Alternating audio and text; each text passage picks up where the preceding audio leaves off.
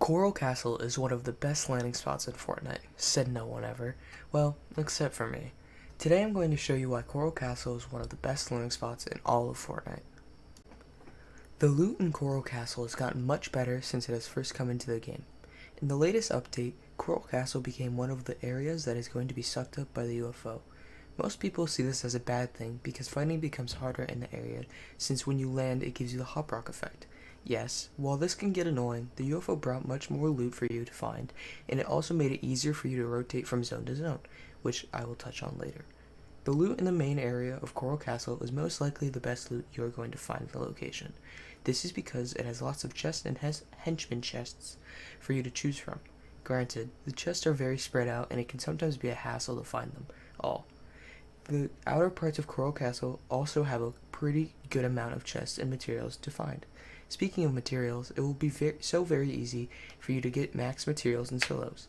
The island with the plane can easily get you to max wood and metal, and inside of Coral it can easily get you to max brick. Same in duos.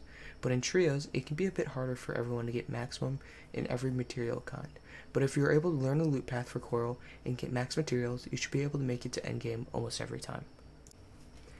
Combat inside of Coral Castle can become very annoying or tedious because of the hop rock effect that it gives you when you enter the location. When you are fighting in solos, the hop rock effect is not as annoying since you're only paying attention to one person and building does not get that annoying or in your way. In duos, it is somewhat the same, but it can get annoying to have to deal with all the builds in your face, and it can get annoying to try and get around the area. Trios is the most annoying to fight in because there are so many people to try and pay attention to, and you can find that the hop rock effect is very annoying because you can get stuck in all the builds very easily. This does show how Coral Castle is much better to land in solos than any other team game mode.